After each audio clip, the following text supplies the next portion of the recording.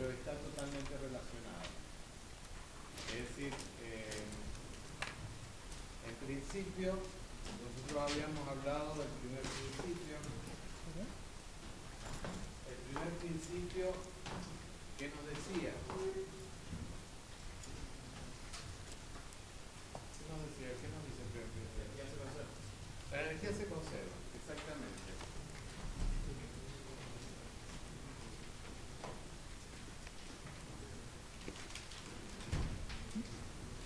¿Cuáles son las formas?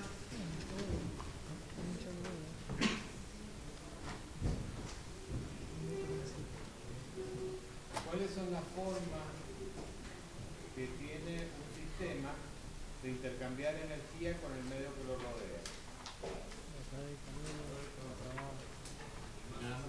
Calor, trabajo y la masa.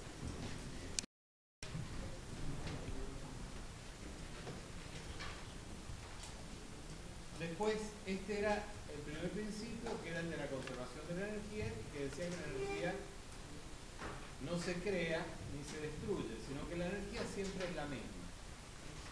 Pero evidentemente la energía tiene una capacidad para poder trabajar sobre ella, para poder realizar transformaciones, y así como la energía se conserva, esa capacidad que tiene la energía para producir transformaciones no es igual en el tiempo. Entonces de ahí la necesidad de empezar con el segundo principio. Entonces en el segundo principio habíamos visto que teníamos distintas formas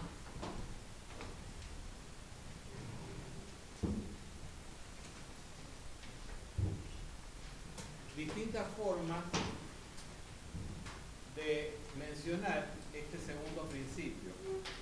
Había distintas teorías, pero básicamente, ¿qué me podrían decir? ¿Qué les quedó claro de ese segundo principio? ¿Qué es lo que asocian con el segundo principio? Entropía es un concepto. ¿Qué más? O sea, el concepto de reversibilidad e irreversibilidad de las transformaciones. En realidad, a ese concepto todos los procesos son irreversibles, habría que agregarle algo, ¿no es cierto? Está incompleto como definición. ¿O no? Porque si todos los procesos fueran irreversibles, ¿por qué hablo yo de los reversibles? Claro, todos los procesos reales o procesos naturales son irreversibles. ¿Qué más? Un concepto también muy importante que está relacionado con el segundo principio. Conversión de calor en trabajo. Perfecto. La conversión de calor en trabajo, que no es lo mismo la conversión de trabajo en calor. ¿Y qué otro concepto más manejaba?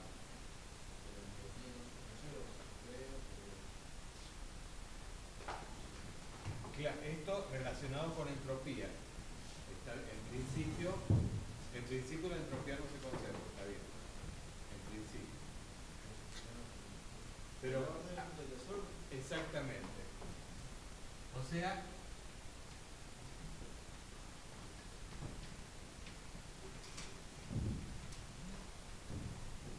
que la entropía, que la habíamos definido como S, también es una función de la probabilidad.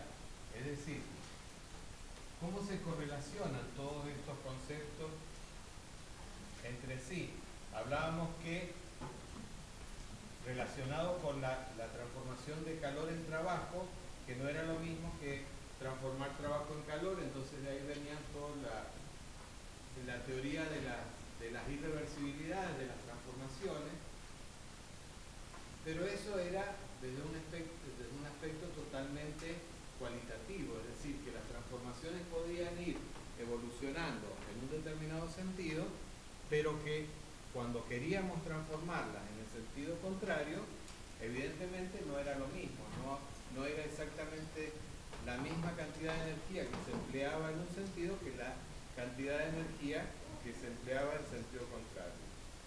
Que había un sentido de espontaneidad, es decir, las transformaciones naturalmente tienden a estar desde un estado de equilibrio a un estado final, y hay un proceso natural que tendería a ir desde ese estado inicial a ese estado final, pero si queremos volver y hacer la transformación inversa, en realidad tendríamos que gastar, de consumir una mayor cantidad de energía. Y la entropía en todo esto jugaba un papel muy importante. ¿Cuál era el papel muy importante que jugaba esta entropía dentro del segundo principio? Porque hasta ahora, es decir, podemos decir, las transformaciones, sabíamos que si tenemos un sistema en equilibrio, por ahí si es un cuerpo suspendido, como era el ejemplo que habíamos puesto, o un péndulo, sabemos hacia dónde tiende su estado, desde su estado inicial hacia su estado final, porque es algo evidente. Sabemos que un río en una cascada, el agua tiende a caer y no inversa. Hay transformaciones que son evidentes en la naturaleza, pero hay otras transformaciones que no son tan evidentes. Entonces, no es suficiente decir que la transformación se va a producir en un determinado sentido, sino el problema era cuantificar alguna propiedad que nos estuviera dando esa variación o esa mayor facilidad en ir desde un estado inicial hacia un estado final, en evolucionar en un determinado sentido. Entonces, por eso aparecía el concepto de esa otra propiedad, que era la entropía. Entonces, la entropía, recién dijeron, la podríamos definir como delta S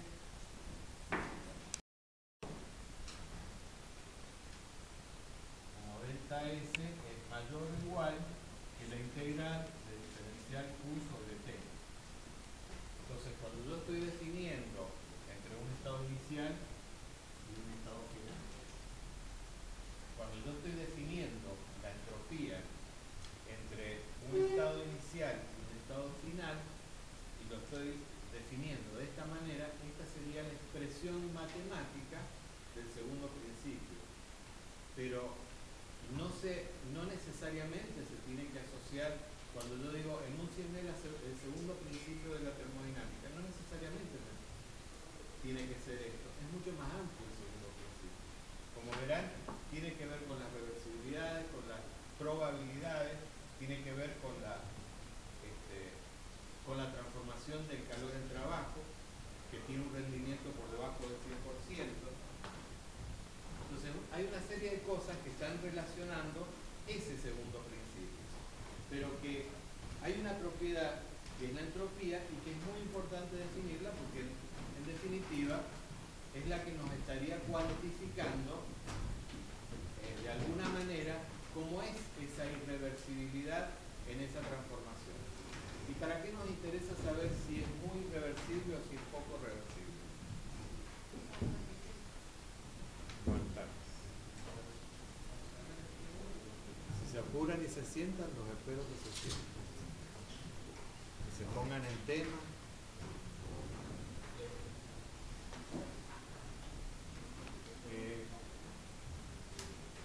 ¿Quién me dijo algo?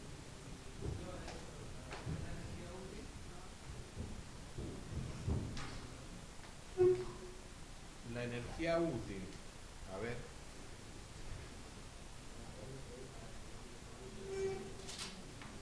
Para tener un... Pero si yo digo, es decir, si yo encuentro que delta S, obviamente, que a esa propiedad que se llama entropía, yo le voy a asignar un determinado valor. Y yo pretendo que ese valor sea grande, sea chico. ¿Qué pasa cuando ese valor de delta S es grande? Habíamos dicho que este signo de desigualdad tenía que ver con qué. Con que si era reversible o si era irreversible la transformación. Si era reversible, podríamos usar el signo de igualdad, y si era irreversible, el signo de mayor.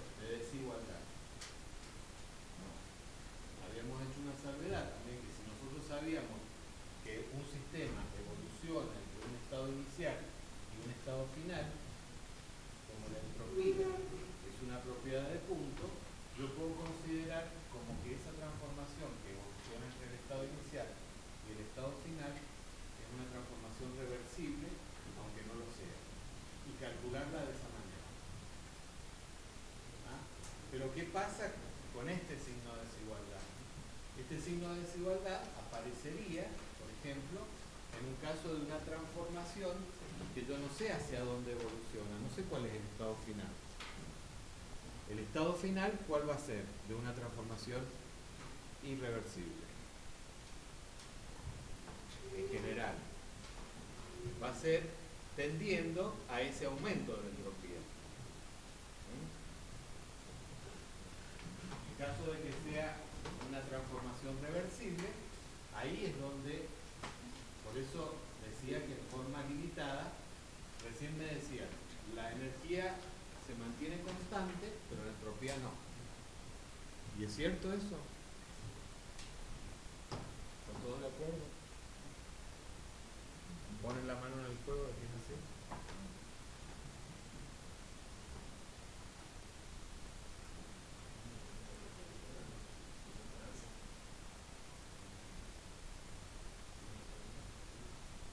O sea, en un proceso ideal, que es lo que estamos diciendo acá, en un proceso ideal y aislado, ¿qué estamos diciendo? Si está aislado, no intercambia calor con el medio, ni calor, ni ningún otro tipo de energía. Y si no intercambia calor con el medio, esto es delta S es mayor o igual que G0. Entonces, en un sistema aislado, que lo podríamos mencionar como si fuera el universo, por ejemplo.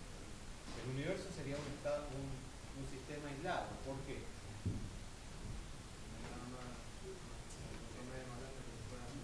Exactamente, es decir, yo tengo un sistema, tengo el medio que lo rodea y además tengo el universo que une el sistema más el medio. Entonces, fuera de ese universo no existe nada, no existe ninguna interacción entre ese universo y otra cosa más allá del universo. Entonces, se considera que el sistema está aislado, es decir, porque no intercambia ningún tipo de energía, ni calor, ni trabajo, ni masa. Entonces, cuando yo hablo de un sistema aislado, como podría ser este, y estoy hablando de transformaciones reversibles, que son ideales, yo puedo decir, ¿qué pasa con la entropía? La entropía se mantiene constante, igual que la energía en ese caso. Pero sabemos que en la naturaleza, los procesos reales, todos son más o menos irreversibles, pero en definitiva irreversibles al fin. Y entonces, si son irreversibles, acá lo que se está produciendo es que, acá lo tenemos como este delta S, como S2 menos S1 mayor que 0, porque son los procesos irreversibles. Llego a la conclusión que S2 es mayor que S1, o sea que todas las transformaciones irreversibles tenderían a aumentar la entropía. Así como nosotros teníamos distintas energías que están intercambiando, de acuerdo al primer principio, ¿qué energías nosotros estaríamos evaluando con entropía que intercambia con el medio, un sistema? En el caso de la entropía.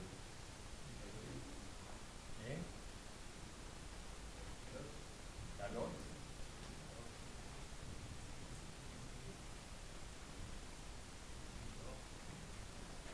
¿Trabajo? ¿Vale?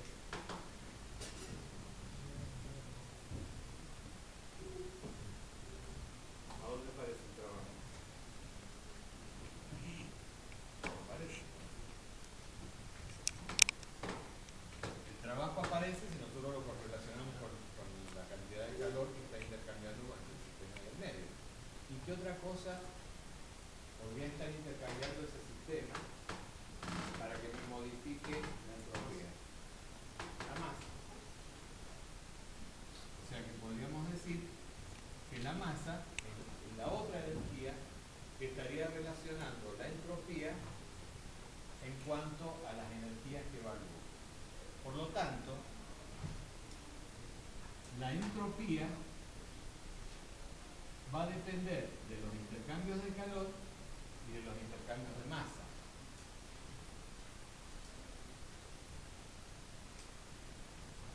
Nosotros, ¿qué pretendemos en una transformación? ¿Para qué queremos hacer una transformación?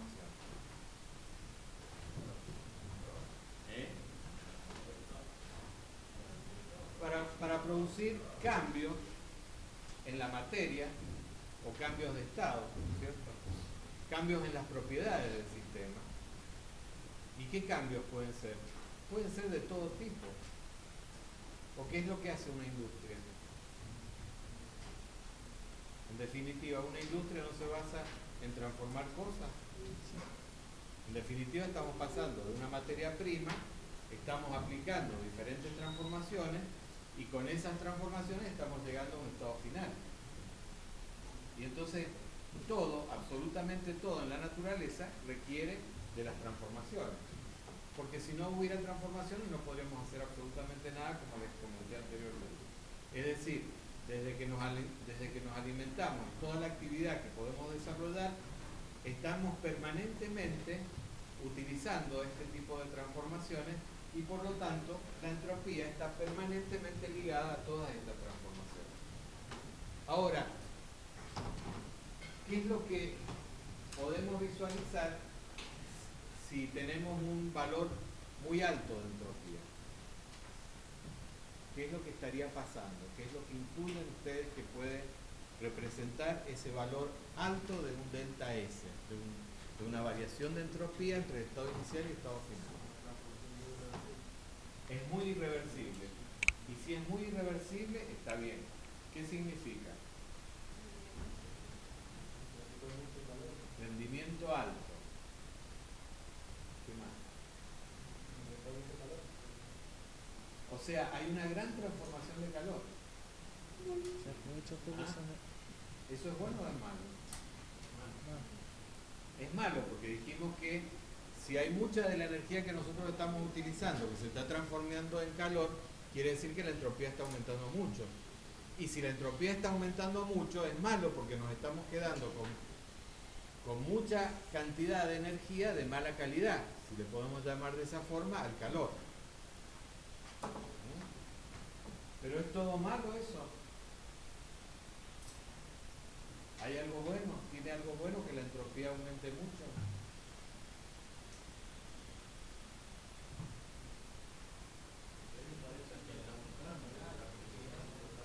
A ver, perdona, ¿cómo así?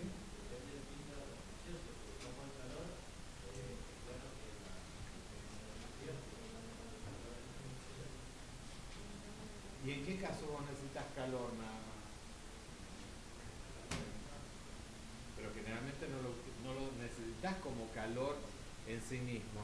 Vos generás calor para, en el caso de una caldera, que es el ejemplo que vos pusiste, estás quemando un combustible para que te dé una determinada cantidad de calor, que se transforme el agua líquida en vapor, ese vapor que me transforme y que se me... Claro, pero en definitiva yo no estoy quemando por quemar, sino que en definitiva lo que yo estoy tratando de buscar es encontrar un trabajo.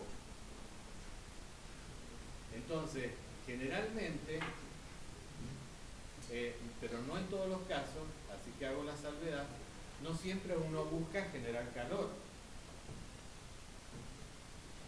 Si yo hago esta transformación, digamos, entre la cantidad de calor que necesito para hacer funcionar una turbina a vapor, voy a tener una cantidad de energía que le estoy entregando, una cantidad de energía que voy a estar obteniendo como trabajo. Entonces, desde ese punto de vista, sería bueno incrementar mucho la entropía. No, porque estoy perdiendo calidad de la energía que originariamente tenía. ¿Cuál es la energía que originariamente tenía? ¿Cómo? La energía química. Entonces, en definitiva, estoy destruyendo parte de esa energía química en calor. Y como me genero calor, me genera entropía. Entonces, ese aumento de entropía es perjudicial.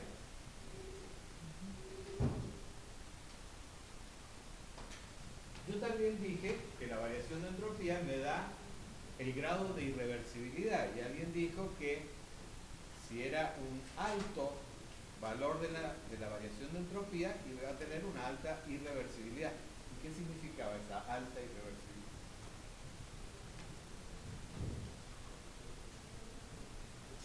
¿Qué significa que una transformación sea muy irreversible?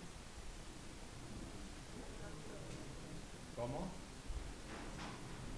Decirlo fuerte, sin miedo.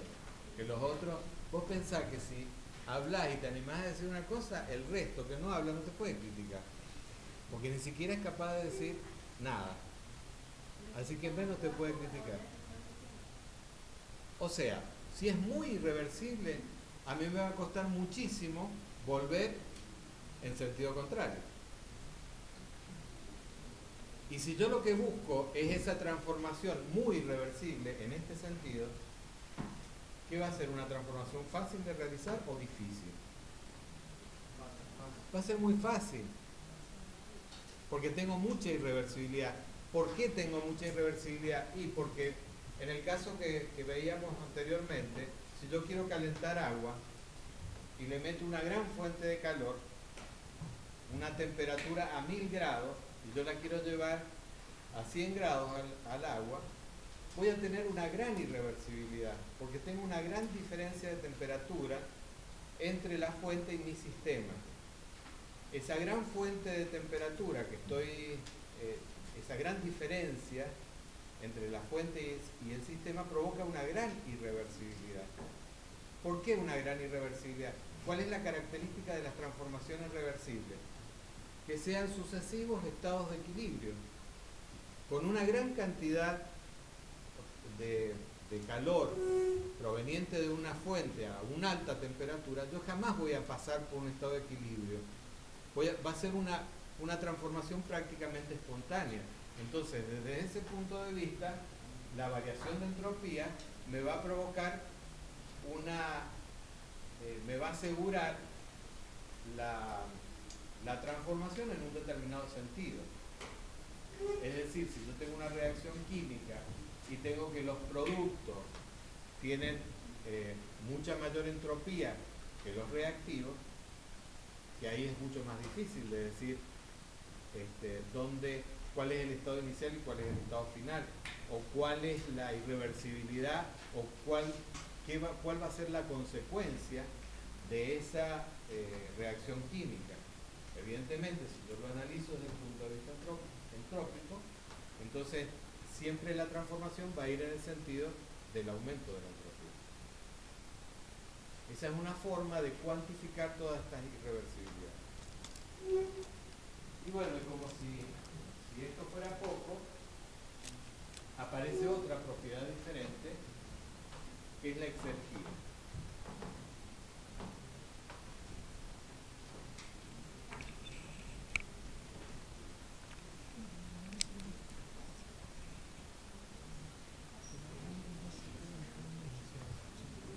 Por eso justamente la idea es que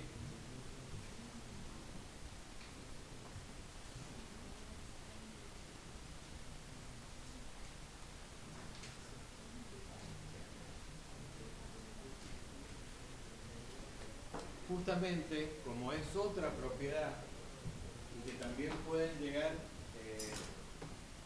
a confundirse con estas propiedades, por eso hago hincapié, por eso hago una relación entre el primero y el segundo principio. El tercer principio también es importante, pero en realidad no estaría directamente involucrado con ese manejo de las energías y de las calidades. Entonces aparece esta otra propiedad, donde acá lo que me evalúa son, así como el primer principio me está evaluando los intercambios de calor, de trabajo y masa, en el caso de la entropía, me evalúa los intercambios de calor y de masa, y en el caso de la exergía, lo que me está evaluando son los intercambios de trabajo y también de masa.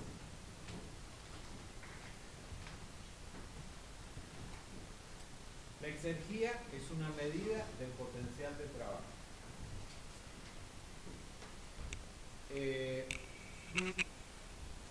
Vamos a ver distintas formas de calcular la exergía, es decir, tener exergía, el cálculo de la exergía para un sistema cerrado, el cálculo de la exergía para un sistema abierto.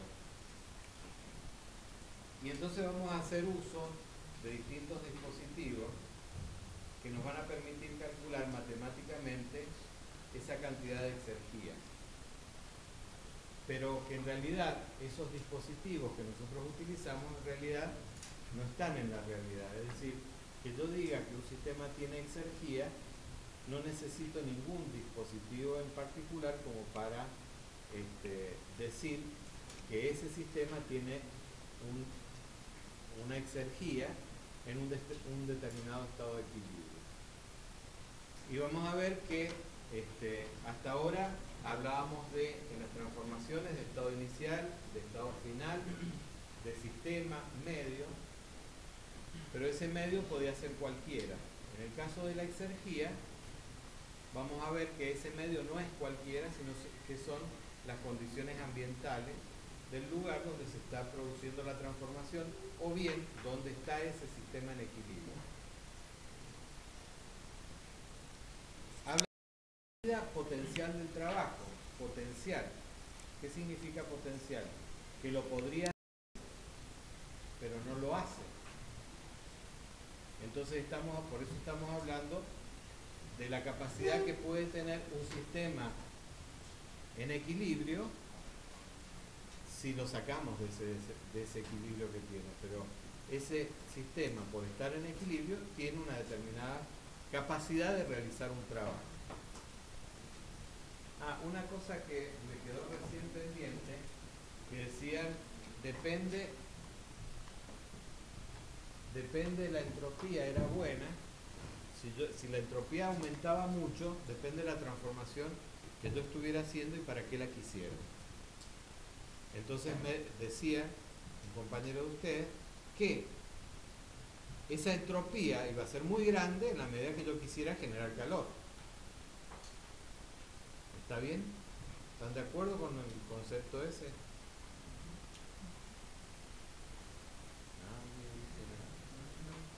¿Eh?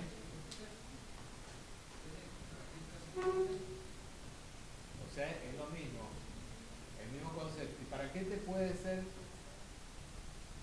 digamos, para qué querés vos generar calor? Dame un ejemplo. Y que sea bueno ese aumento de la entropía.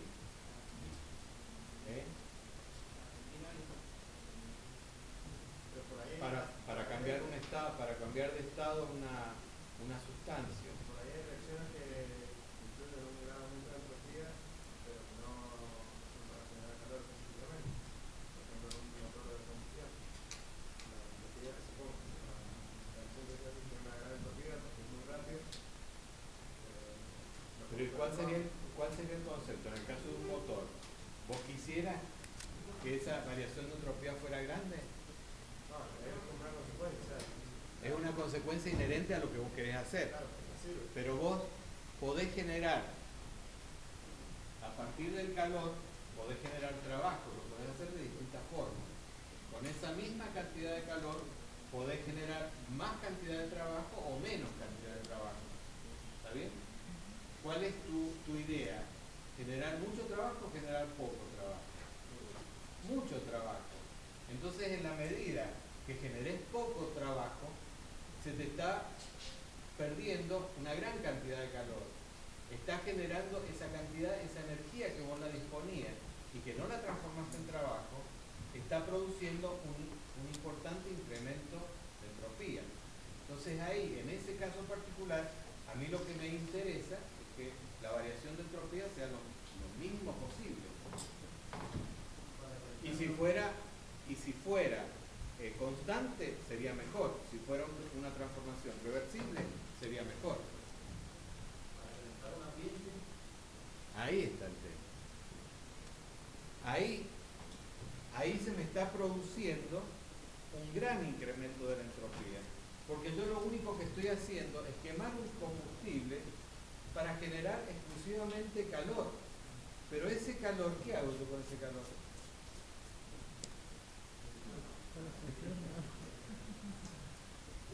Acá dice lo disfruto. Es una forma de ver la energía. Pero ese uso que yo hago, agarro un combustible, lo quemo y genero calor, es el peor de los usos que yo le puedo dar a la energía. Porque esa energía que yo estoy generando a costa de la energía química, estoy perdiendo una gran cantidad de la calidad de esa energía. Y no estoy provocando ningún efecto relacionado con un trabajo, con una transformación, con transformaciones sí, pero con ese trabajo que me está permitiendo ir conservando esa energía. Cuando yo quemé toda esa energía, se me convirtió en calor y nada en trabajo. Entonces por eso digo que el rendimiento desde el punto de vista del trabajo es el peor de todos. Entonces yo tendría que buscar, si quiero buscar de calefaccionar un edificio, tendría que buscar alguna otra forma de hacerlo y no quemando un combustible, porque desde el punto de vista energético sería un desastre. Entonces, en ese caso, sería la máxima producción de entropía, porque toda la energía química se está transformando en calor. Y desde ese punto de vista es máximo.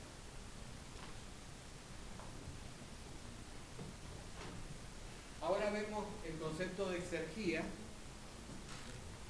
que también durante muchos años, y fundamentalmente en Estados Unidos, también se llamó disponibilidad. Y esto tiene que ver simplemente con una diferente nomenclatura, es decir, hablar de exergía o hablar de disponibilidad son conceptos exactamente equivalentes. El tema es que por ahí el término de exergía es como que se relaciona más con la energía, con la entropía, pero desde el punto de vista del uso práctico se puede utilizar indistintamente exergía a disponibilidad. Y esto lo digo porque en texto a veces aparece como disponibilidad.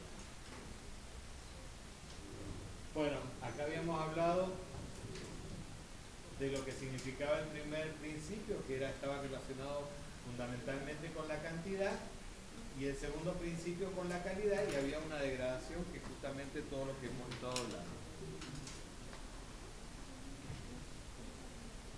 Cuando hablamos de exergía o de disponibilidad, tenemos un sistema que está en equilibrio, en un equilibrio determinado. Es decir, este equilibrio implica que ese sistema no es que esté en equilibrio absoluto con el medio. Eso muchas veces, ese concepto también le cuesta a veces entenderlo. Es decir, por ejemplo, si yo tengo un tanque que está a una determinada presión mayor que la presión atmosférica, ¿es un sistema que está en equilibrio? ¿Y por qué puedo decir que está en equilibrio? Porque las propiedades del sistema no me cambian. Y el propio sistema, que sería el tanque o los límites, me están conteniendo ese combustible que puedo llegar a tener, que está a una determinada presión diferente a la presión del medio, pero que en realidad no se está modificando. Entonces, el sistema en sí mismo está en equilibrio, a pesar de que las condiciones externas pueden ser diferentes. Si hablo de la presión, hablo de un tanque rígido, y si hablo de la temperatura, ¿cómo hago para que un sistema se mantenga en equilibrio a una temperatura diferente a la temperatura del medio que lo rodea.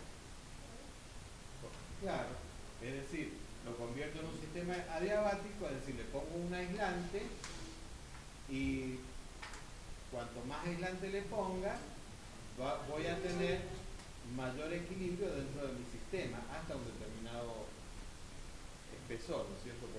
Va a llegar un momento que por más que le siga poniendo aislante, en realidad siempre va a tener una pérdida mínima de calor. Pero hablemos de un sistema ideal, entonces podríamos decir que ese sistema tiene una temperatura diferente a la del medio, sin embargo está en equilibrio porque es un sistema que está aislado. Aparece el concepto de destrucción de exergía debido a la presencia de irreversibilidad.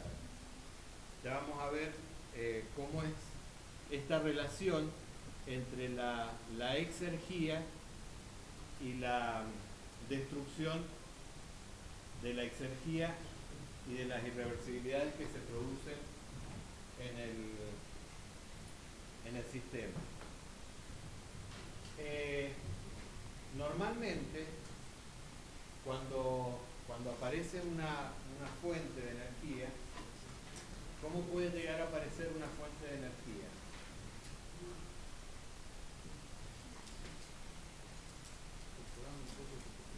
Claro, por ejemplo. Es decir, descubriendo petróleo, estamos descubriendo una nueva fuente de energía. En realidad una nueva fuente de energía no, porque como he estado diciendo al principio, ¿no es cierto? Pero en definitiva antes no estaba y ahora está, por lo tanto, esa fuente de energía tiene una determinada cantidad de energía. Ahora, lo importante no es muchas veces la cantidad de energía que podamos disponer, sino cómo la podemos utilizar esa energía. Porque no es lo mismo tener una cantidad de energía en petróleo a tener una igual cantidad de energía en energía eólica, por ejemplo. ¿Por qué?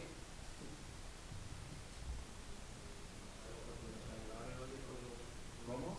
De uno, Independiente, no estamos hablando de costo, estamos hablando, cuando hacemos todos estos análisis, no estamos hablando de costo. Porque en realidad, como les dije en algún momento, si fuera por los costos, ¿qué es lo que me interesa? Desde el punto de vista energético, me interesan las transformaciones reversibles o irreversibles. Reversibles, ¿por qué? Porque como mejor puedo ir aprovechando la energía que dispongo. Si es irreversible, hay una determinada cantidad de uso que yo puedo estar disponiendo y una cantidad de energía que se me está yendo al medio sin poder aprovecharla. Entonces, desde el punto de vista del análisis energético, a mí me interesan siempre las transformaciones reversibles. Ahora, ¿cuál es la contra de las transformaciones reversibles? El tiempo, es decir, porque yo voy por distintos estados de equilibrio y eso implica una lentitud en la transformación que yo estoy buscando. Entonces eso desde el punto de vista energético es lo que más me rinde, pero desde el punto de vista económico no es lo que más me rinde. Entonces lo que me rinde más desde el punto de vista económico es la irreversibilidad, digamos, tomando en cuenta el aspecto económico no como un equilibrio de todo, sino como una forma de acelerar los procesos o las transformaciones. Cuanto más irreversibilidad tenga, voy a tener mayor velocidad en la transformación, en general. Entonces, ¿qué diferencia tengo entre si yo tengo una cantidad extraordinaria de energía evaluada en petróleo y una cantidad la misma evaluada en energía eólica? ¿Por qué? Es más fácil utilizar el petróleo.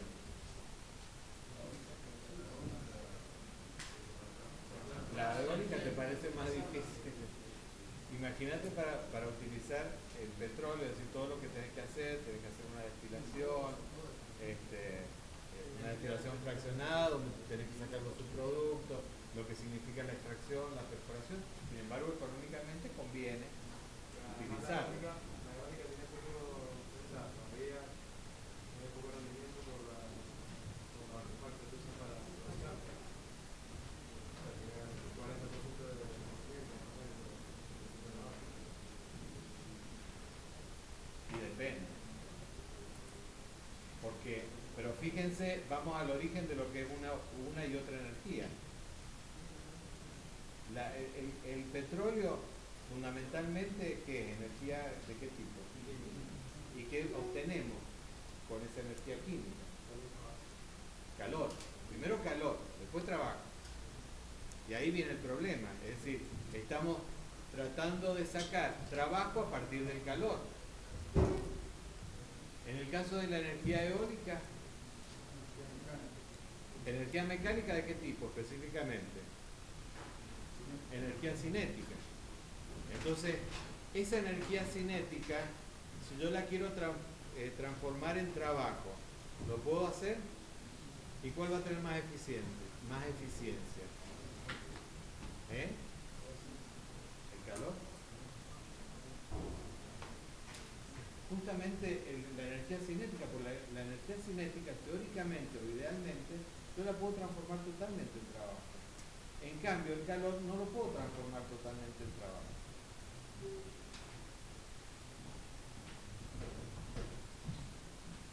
Entonces, a dos fuentes de energía, a mí no me interesa solamente el contenido energético que puede llegar a tener esa fuente, sino también cómo puedo disponer de esa fuente. ¿Cuál es la capacidad de producir un determinado trabajo a partir de esa fuente? Entonces, de ahí la necesidad de evaluar otra propiedad diferente a la que ya hemos estado analizando y que no estaría dándonos respuesta a esta pregunta. Entonces aparece como que en toda energía, en general, podemos tener una parte de la energía que es utilizable y una parte de la energía que es no utilizable. O sea que no podemos utilizarla, no podemos disponer de ella. Esta parte de la energía utilizable es lo que normalmente se denomina exergía. Y la parte de la energía no utilizable es lo que normalmente se denomina anergía. Vamos a ver, lo importante es que estamos incorporando un concepto, es decir, de toda esa energía que originariamente podíamos tener, no toda la podemos utilizar. Y vamos a ver en qué casos en realidad es mucho más factible utilizar una energía y no otra. Aparece la exergía como la energía disponible para un determinado estado que tiene un equilibrio especificado, es decir, determinadas con sus propiedades se mantienen en equilibrio y tienen un determinado valor. Generalmente las propiedades que se definen son la presión, la temperatura y el volumen.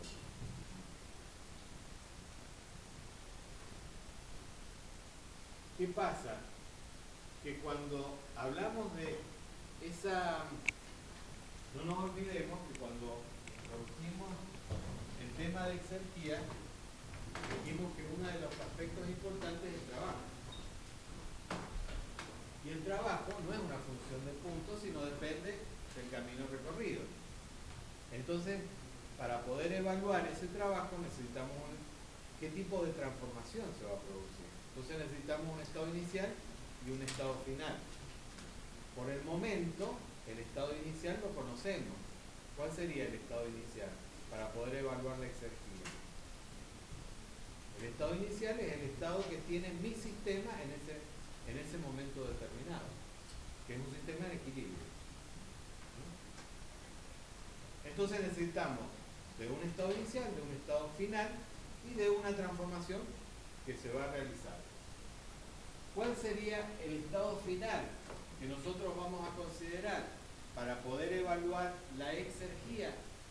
Es un estado que se llama estado muerto y es el estado que tiene el medio ambiente que lo rodea a ese sistema en particular. Es decir, el estado muerto sería una temperatura, tendría una temperatura que sería la temperatura del medio en ese momento, una presión determinada, no tendría ningún tipo de energía, ni energía cinética, ni energía potencial. Además sería químicamente inerte y no tendría ningún otro tipo de energías, ni eléctrica, ni magnética. Y acá sí hablamos de un sistema totalmente en equilibrio, es decir, que no tiene ningún tipo de capacidad de poder transformarse. Por eso se llama estado muerto. Dijimos que todas las transformaciones están relacionadas con la vida. Si no hay transformaciones, no hay vida. Y si no hay desequilibrio, no puede haber transformación. Entonces, cuando todas las propiedades de ese sistema están en equilibrio con el medio que lo rodea, no hay ninguna posibilidad de realizar absolutamente ninguna transformación y por eso se llama estado muerto. Por lo tanto, yo tengo un estado inicial que tiene una determinada condición de equilibrio, que puede ser una determinada presión, un determinado volumen y una determinada temperatura. Y por otro lado tengo las condiciones en las cuales se encuentra el medio que lo rodea, que van a ser una presión y una temperatura determinada. En la medida que haya una diferencia entre mi sistema y el medio que lo rodea, voy a tener exergía. Si no hay ninguna diferencia y mi sistema está totalmente en equilibrio con el medio que lo rodea, yo voy a decir que no tengo absolutamente nada de exergía. O sea que la exergía de mi sistema es cero en el estado muerto. ¿Se entiende? O más o menos.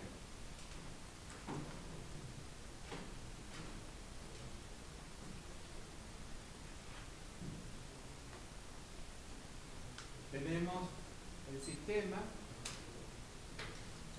el medio inmediato que está influenciando directamente a ese sistema y que en definitiva es el que sufre todas las transformaciones que puede estar interactuando con ese sistema, y después un medio ambiente más general que se mantiene constante e invariable y que no es influido por estas transformaciones ni del sistema ni del medio inmediato. En general, el estado muerto debemos definirlo, a menos que se especifiquen otras condiciones. La presión del medio se toma como la presión atmosférica y la temperatura del medio como una temperatura de 25 grados. Esta propiedad, a diferencia de todas las propiedades que hemos visto anteriormente, ¿cuáles son las propiedades vistas anteriormente? Largas propiedades. Entalpía, entropía, energía interna. Todas esas propiedades están tabuladas. La exergía, ¿alguna vez la vieron en alguna tabla de las que estuvieron mirando que estaba tabulada? No. ¿Y por qué será? Porque fíjense que cuando yo estoy evaluando la exergía, no estoy evaluando exclusivamente las propiedades de mi sistema, sino que también estoy evaluando las propiedades del medio que lo rodea. ¿Y cuáles son las propiedades del medio que lo rodea? Va a variar porque depende de donde esté. Es decir, yo puedo decir que la presión del medio de mi sistema en una localidad como puede ser Mar del Plata es igual que la presión que tenemos acá en Mendoza. No, son diferentes las presiones. Podrá ser mayor o menor la variación de presión, pero no es la misma. En el caso de la temperatura, si hablamos de temperatura, yo puedo decir que la temperatura que yo puedo adoptar en Ushuaia es de 25 grados centígrados. Evidentemente no. Entonces mi sistema, que pongámosle que es un tanque con un combustible que tiene con gas, que tiene una determinada presión y una determinada temperatura, por lo que estoy diciendo, ¿va a tener la misma exergía acá en Mendoza, en Mar del Plata o en Ushuaia? Evidentemente no, porque si yo tengo el mismo tanque, con la misma presión, la misma temperatura y el mismo volumen, sin embargo, como tengo medios, entornos que lo rodean, entornos inmediatos a ese sistema diferentes, y como justamente la exergía evalúa las propiedades de ese medio que lo rodea, evidentemente la exergía que tiene ese sistema va a ir variando de acuerdo a las localidades que yo vaya trasladando ese sistema, porque el medio no va a ser el mismo. Por eso es que dice a menos que se especifique en otro. Esto generalmente para un problema donde dice cuál es la exergía que tiene el sistema, y si uno no dice cuáles son las condiciones del medio, evidentemente yo las tengo que suponer y las asumo como condiciones normales a esas, pero no significa que siempre cuando yo hablo de exergía lo tomo como referencia, como es en otros casos, por ejemplo la entalpía, que a veces generalmente se toman valores más especificados, aunque no sean siempre los mismos, pero en general hay mayor actualidad. Entonces por eso es que habla de eso, y el estado muerto, como les decía anteriormente, la exergía en ese caso es cero, porque no hay ninguna posibilidad de que ese sistema se transforme. Ahora, entonces, en base a todo lo que hemos estado hablando, la exergía volvemos a repetir el concepto, es la capacidad que tiene un sistema para realizar un trabajo útil máximo. ¿Qué condición le tengo que imponer a mi sistema para que mi sistema me pueda entregar un trabajo útil máximo?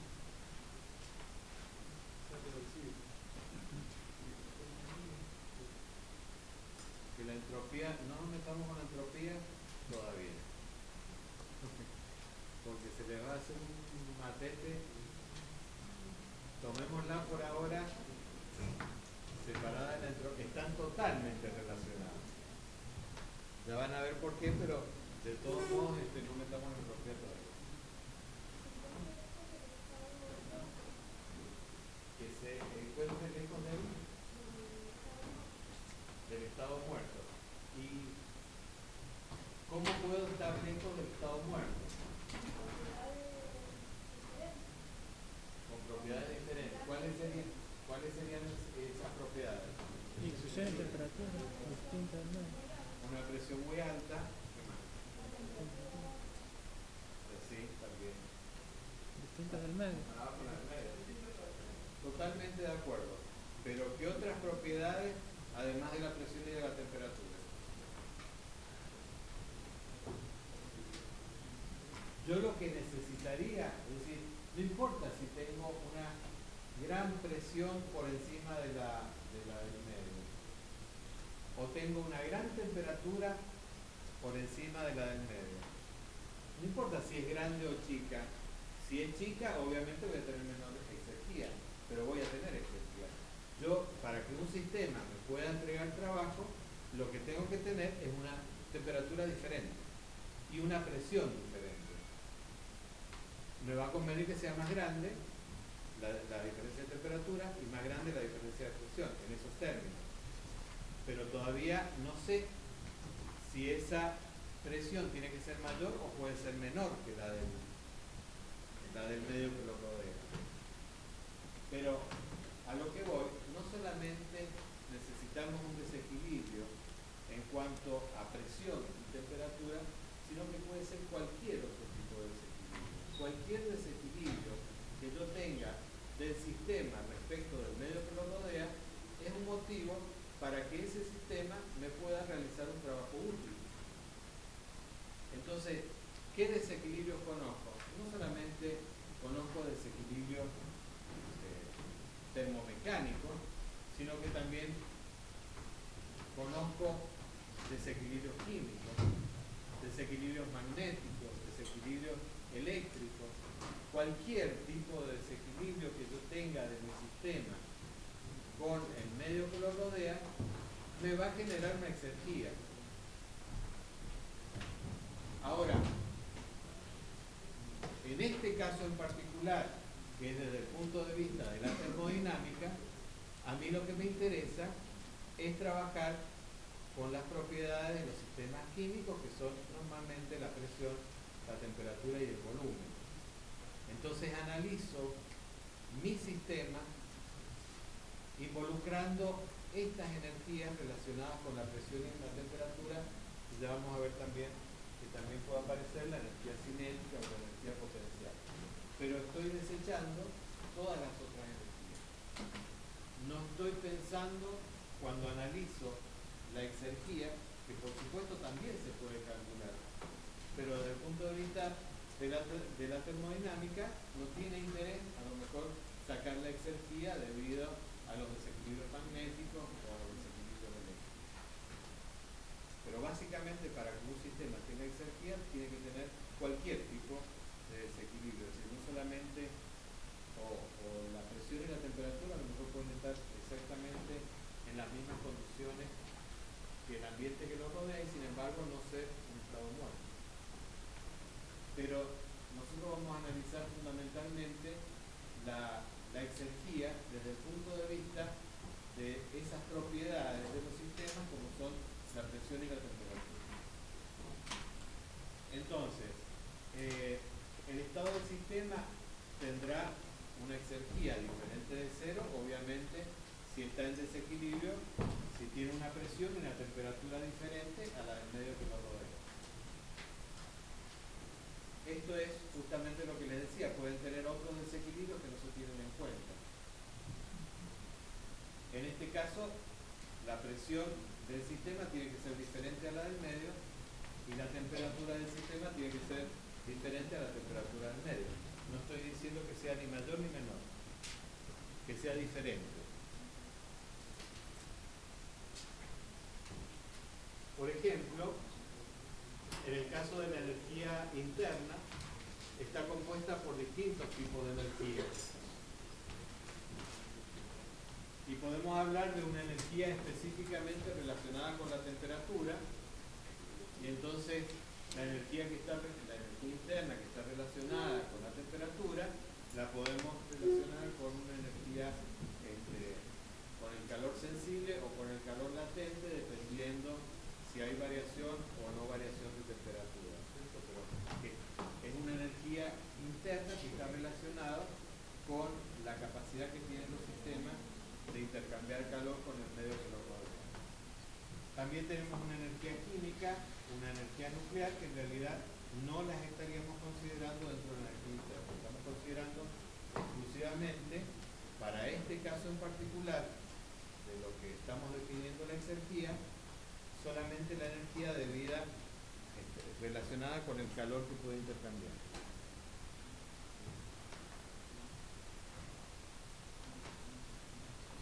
Les decía que no solamente íbamos a hablar de presión y temperatura, sino que también íbamos a hablar de otras energías como la energía cinética o la energía potencial.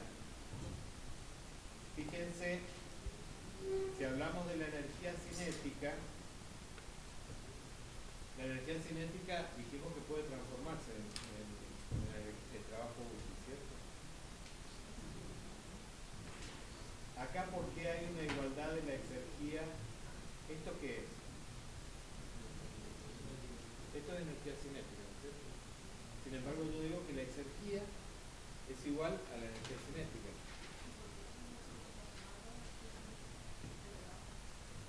Claro. Entonces, ¿y qué pasa con la energía utilizable y la no utilizable acá?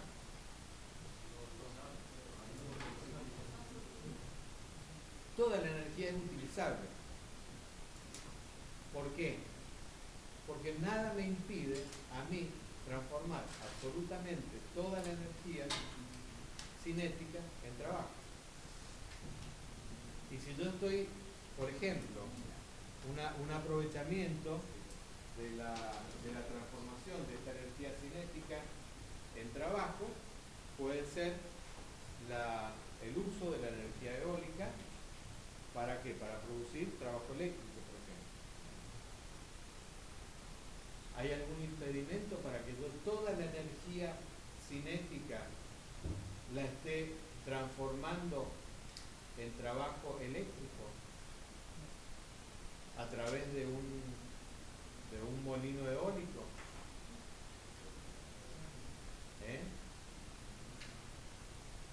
¿Qué tendría que pasar para, o sea, prácticamente, yo tengo un molino, obviamente tengo una determinada energía cinética, que ¿quién la tiene la energía cinética? El viento. O sea, es el viento, el aire ese, el que tiene contenida esa energía cinética. ¿Cómo me lo transmite a ese molino?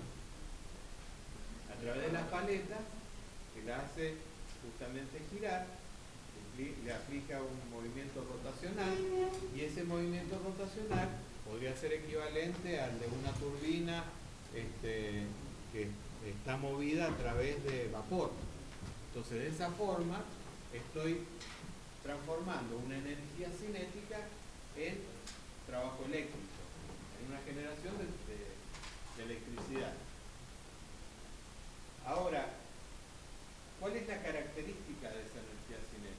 Es decir, ¿cómo yo puedo transformar toda mi energía cinética en trabajo útil?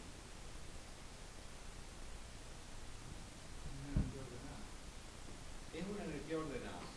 Perfecto. Pero ¿qué pasa con el viento después?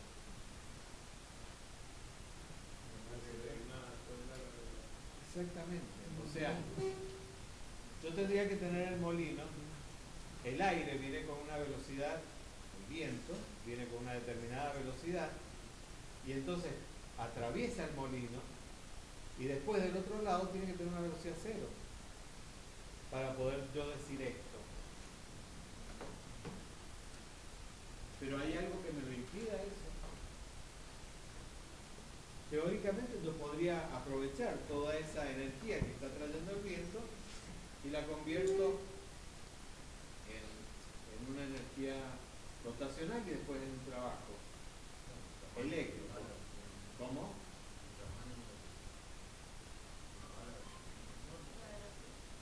¿Y por qué lo relacionás con el tamaño de los álabes? Porque yo recién dije, por ejemplo,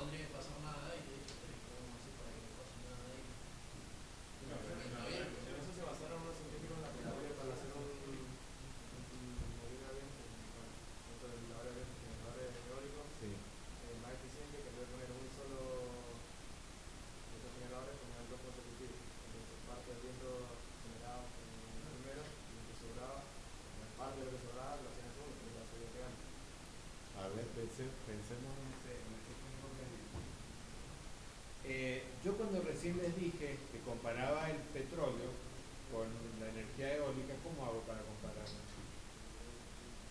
¿Cómo hago para evaluar esas dos cosas?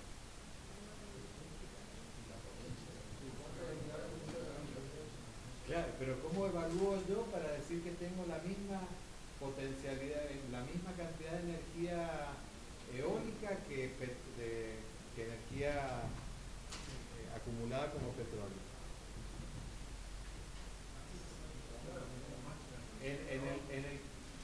En lo que hace al petróleo no hay duda, ¿no es cierto? O sí, hay duda de cómo evaluar la energía.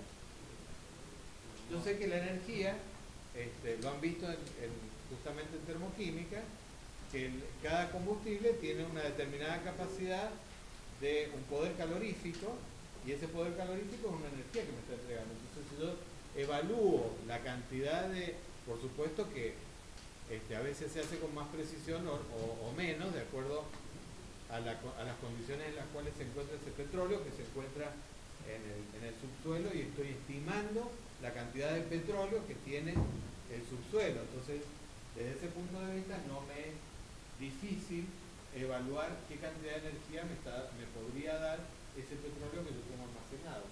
Pero en el caso de la energía eólica, claro, pero yo no dije para tener equivalencia, no, yo dije, tengo las dos mismas cantidades de energía como petróleo que como eólico. Evidentemente, si yo digo eso es porque estoy pensando en un determinado tamaño de molino y una determinada cantidad de molinos. Entonces, no podría evaluar la energía eólica si no estuviera haciendo esta consideración. Entonces, la tengo que considerar desde un punto de vista de en qué sistema estoy pensando yo para poder aprovechar toda esa energía eólica. Entonces le estoy poniendo un número en cuanto a dimensiones de ese molino y cantidad de molino. Entonces yo de ahí puedo sacar una cantidad de energía. ¿Está bien? Por un lado eso. Entonces, si yo vamos a un solo molino, entonces ahí yo puedo determinar, de acuerdo a la velocidad media del viento, porque obviamente el viento cambia permanentemente la velocidad, y si cambia la velocidad estaría cambiando la energía que me estaría generando. Entonces tomo una velocidad media característica de ese lugar con un determinado diámetro de aspas, como para poder decir que yo voy a obtener una determinada cantidad de energía. Ahora, cuando yo estoy hablando de esta energía cinética, obviamente que yo me estoy limitando al diámetro de ese molino. Y de ahí en más puede correr todo el viento que quiera, que va a seguir y va a pasar y va a seguir con la misma velocidad. Por supuesto que va a estar influenciado porque obviamente va a tener, no va a ser lo mismo el viento que pase por la próxima a ese molino que aquel viento que pase más lejos. Evidentemente va a provocar una modificación, pero básicamente el viento que yo estoy aprovechando es solamente el que está incidiendo sobre el diámetro. Entonces, lo que vos decías, bueno, cuanto más grande sea el molino, mayor cantidad de energía podré producir. Y tendré problemas de otro tipo, que son de resistencia de materiales, mecánicos, pero en definitiva la energía que yo voy a poder captar va a estar relacionada directamente con el dimensionamiento de ese aparato. Entonces, desde ese punto de vista, fíjense que si yo pongo un molino contra el viento, evidentemente voy a tener una capacidad de aprovechamiento. Normalmente, ¿qué va a pasar con el viento? Todo ese viento que está incidiendo va a salir acá con menor velocidad. El mejor aprovechamiento que yo podría hacer es que todo el viento incide acá y todo se transforma en giro de las aspas de ese generador. Y acá el viento sale con una velocidad cero. Ahora, ¿qué es lo que pasa con el viento? Fuera de ese generador, viene con la misma velocidad y sigue con la misma velocidad. ¿Ah? Entonces, desde ese punto de vista, si yo agarro un generador y lo pongo frente al viento y pongo otro acá, o lo pongo acá, ¿cuál va a ser la diferencia? No, lo que pasa es que yo decía que el que habían fabricado, o sea, los dos generadores para mover el mismo generador. Ah, ahí. Por O eso sea, era el argumento. claro, los dos estarían acoplados de alguna manera, como para que, ¿cuál sería la idea? Justamente esa a la cual me estoy refiriendo. Es decir, que yo, toda la velocidad del viento que me está incidiendo, del otro lado tenga la menor velocidad posible. Entonces, cuanto más aproveche toda esa velocidad del viento con el mismo generador, voy a obtener obviamente más posibilidades de trabajo. Y acá que estoy poniéndolo, cuando yo evalúo la exergía, evalúo que la exergía de ese viento, de ese caudal de viento que está incidiendo, está saliendo con una velocidad cero. Entonces estoy evaluando toda su capacidad, aunque sea teórica, de producir energía a partir de la energía cinética. Entonces por eso la exergía en este caso es exactamente igual a la energía cinética que puede tener el viento. ¿Está bien? Es decir, si yo necesariamente para que funcione un molino debería salir con una velocidad del otro lado de ese molino, evidentemente yo nunca podría decir que la exergía es igual a la velocidad, porque el decir esto es estar diciendo que la velocidad del viento al cuadrado menos la velocidad que tiene el viento en el ambiente, sería C sub 0, y la estoy considerando que es 0. O sea que toda esa velocidad la estoy aprovechando con ese molino. Y por eso es todo exergía. No hay ningún impedimento termodinámico y físico, solamente todo el problema de los materiales, el problema de los rozamientos, como para que haga que evidentemente esto nunca sea así. Pues siempre detrás de un molino va a haber una determinada velocidad del viento. Es decir, no siempre, nunca se aprovecha absolutamente toda esa energía. Pero teóricamente sí se puede aprovechar. No hay ningún impedimento, digamos, de tipo teórico como para no utilizarlo. Bueno, como es una propiedad, la podemos hablar de una propiedad total, como sería esta, la exergía correspondiente a la energía cinética, y esto es exclusivamente la exergía debido a la velocidad de un fluido, por ejemplo. Y la exergía específica, que sería por unidad de masa. ¿Qué pasa con la energía potencial? Pasaría exactamente lo mismo. Es decir, si yo aprovecho y hago girar una turbina de agua a partir de una caída de agua, teóricamente yo podría utilizar absolutamente toda esa caída de agua y transformarla en trabajo.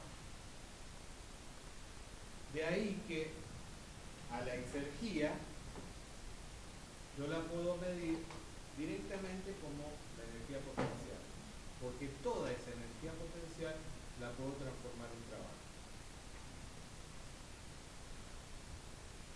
No pasa esto con todas las otras energías, pero con este caso en particular, evidentemente la exergía es igual a la energía, exergía igual a energía, porque no hay energía no utilizable. Toda la energía cinética o toda la energía potencial es energía utilizable.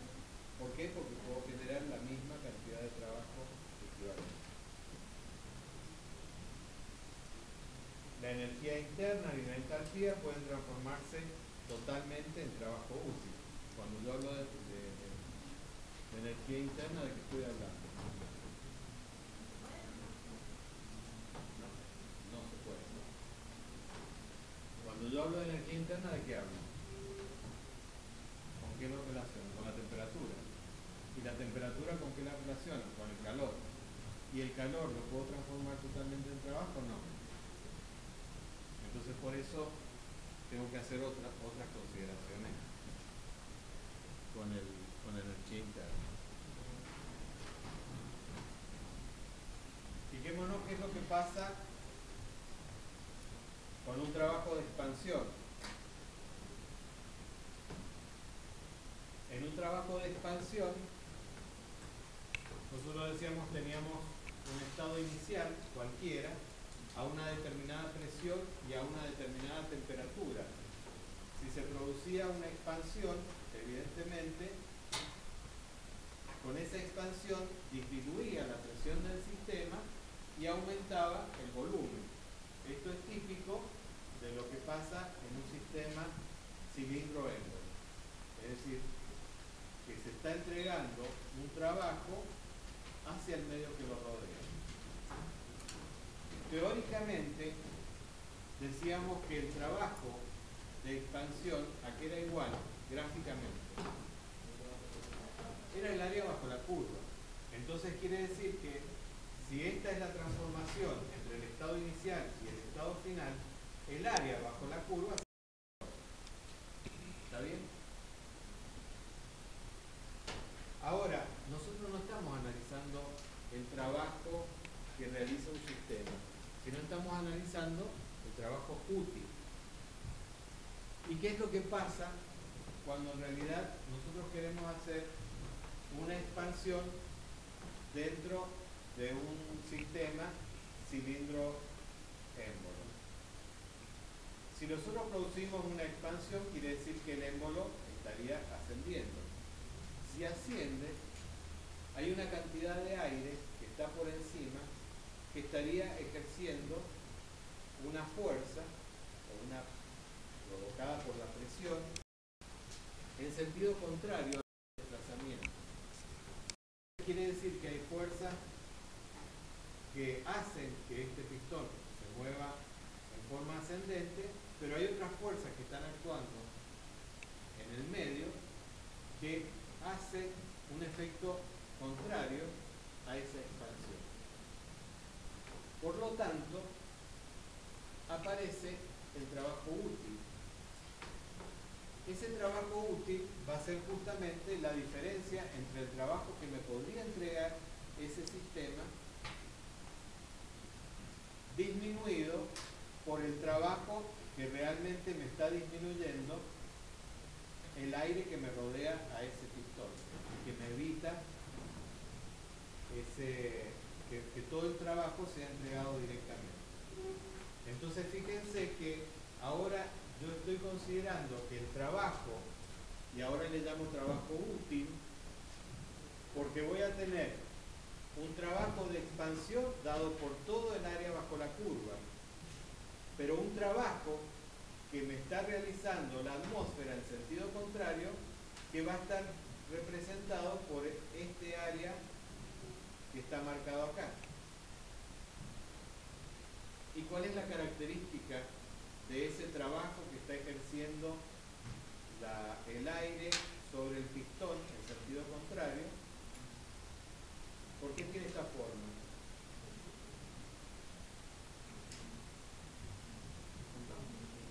Porque la presión que está actuando externa al pistón es constante, que es la presión atmosférica. Y el trabajo equivalente a esa presión que está realizando la atmósfera sobre mi pistón va a actuar entre el mismo intervalo de volumen. Por lo tanto, sería otro trabajo, igual a P por diferencial de B. Lo que pasa es que ahora la presión es constante y la puedo sacar fuera de la integral y me queda P por el delta B directamente. Entonces me queda un área de este tipo. Y el trabajo útil, ahora, ¿por quién va a estar dado? Por el área justamente este área.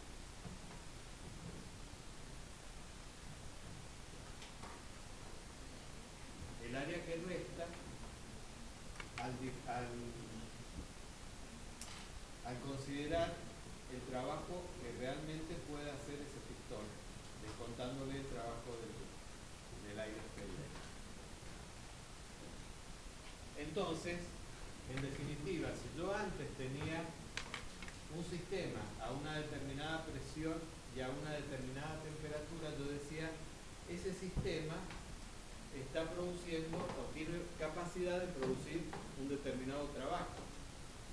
Y ahora estoy diciendo que no todo ese trabajo puede ser entregado al medio, sino que solamente una parte. ¿Qué pasó con la otra parte? Y esa otra parte se perdió. es trabajo no utilizado, es energía no utilizada.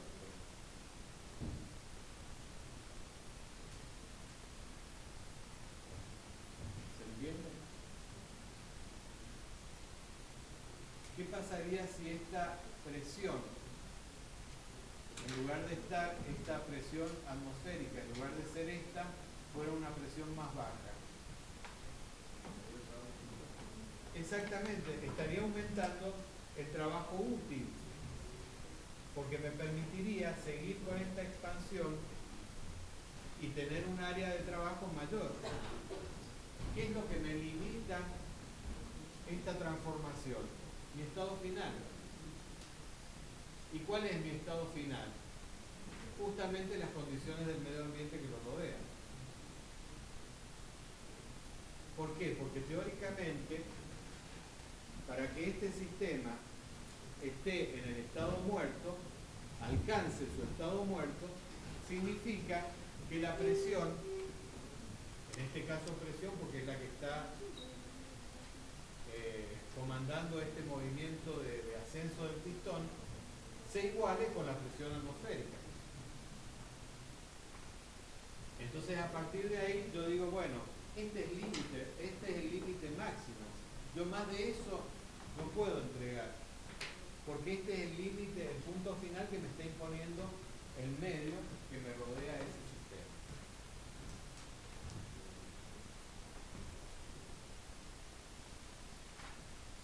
¿Qué pasa cuando el trabajo es de compresión? Si el trabajo es de compresión, en realidad el sistema estaría ejerciendo una disminución de su volumen. Y como una disminución del volumen, también estaría favorecido ahora por la presión ejercida por el aire sobre el pistón. Entonces ahora yo tengo, en este caso, obviamente para que sea una compresión, fíjense ahora cómo la presión de mi sistema está originariamente por debajo de la presión atmosférica. Entonces, la presión atmosférica ejerce una compresión sobre el sistema, provocando un aumento de la presión y una disminución del volumen.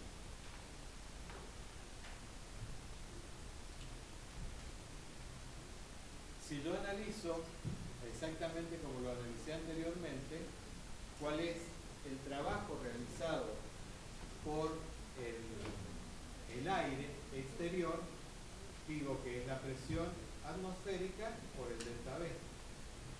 O sea que va a ser este rectángulo grande.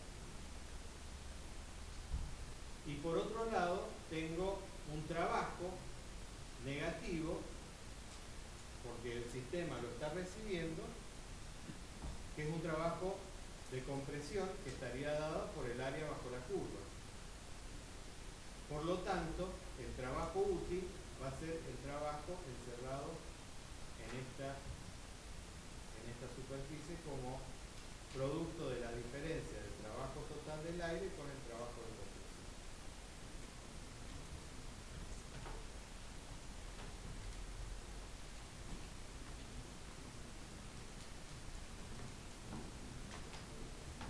¿Quieren que paremos?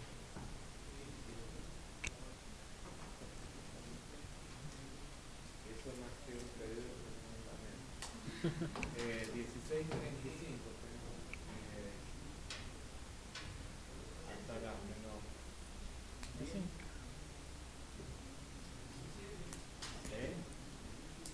Hasta las 5 menos 10. 10 segundos.